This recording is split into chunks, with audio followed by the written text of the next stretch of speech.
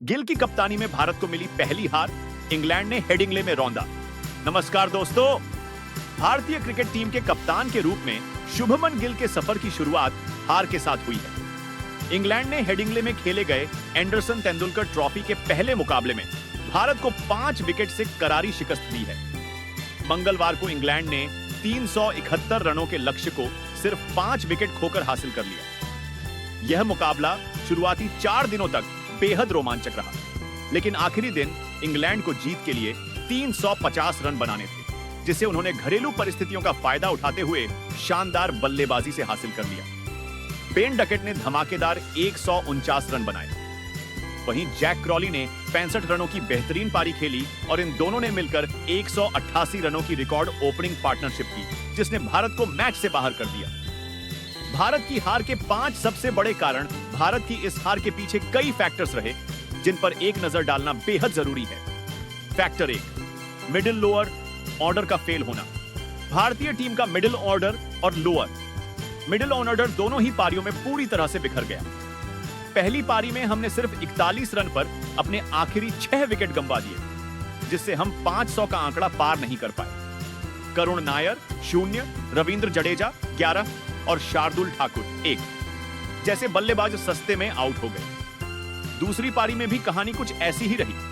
हमारे आखिरी 5 बल्लेबाज सिर्फ 31 रन के अंदर पवेलियन लौट गए। करुण नायर 20, रविंद्र जडेजा 25 और शार्दुल ठाकुर 4 फिर से बड़ा स्कोर नहीं बना पाए, जिसके चलते हम इंग्लैंड को 400 से ऊपर का लक्ष्य नहीं दे सके, जबकि एक समय हम 5 विकेट पर 333 रन बनाकर अच्छी स्थिति में थे। फैक्टर 2, 3 गेंदबाजों का कमजोर प्रदर्शन। लीड्स की पिच पर इंग्लैंड की दूसरी पारी के दौरान हमारी गेंदबाजी यूनिट कुछ खास कमाल नहीं दिखा पाई। जसप्रीत बुमराह और प्रसिद्ध कृष्णा के अलावा कोई भी गेंदबाज इंग्लिश बल्लेबाजों को परेशान नहीं कर सका। मोहम्मद सिराज और शार्दुल ठाकुर ने 2-2 विकेट लिए, जबकि रविंद्र जडेजा को सिर्फ 1 विकेट मिला। हमारे चौथे 5वें गेंदबाज का प्रदर्शन बेहद कमजोर रहा। फैक्टर 3, खराब फील्डिंग, 9 कैच ड्रॉप। भारत की हार की एक और बड़ी वजह रही हमारी बेहद खराब फील्डिंग। हमने अहम मौकों पर कुल 9 कैच छोड़े। इनमें से 6 कैच पहली पारी में छूटे, जबकि 3 कैच दूसरी पारी में ड्रॉप हुए। मैच में शतक लगाने वाले ऑली पोप और बेन डकेट को 2-2 जीवन दान मिले, जिसका उन्होंने भरपूर फायदा उठाया।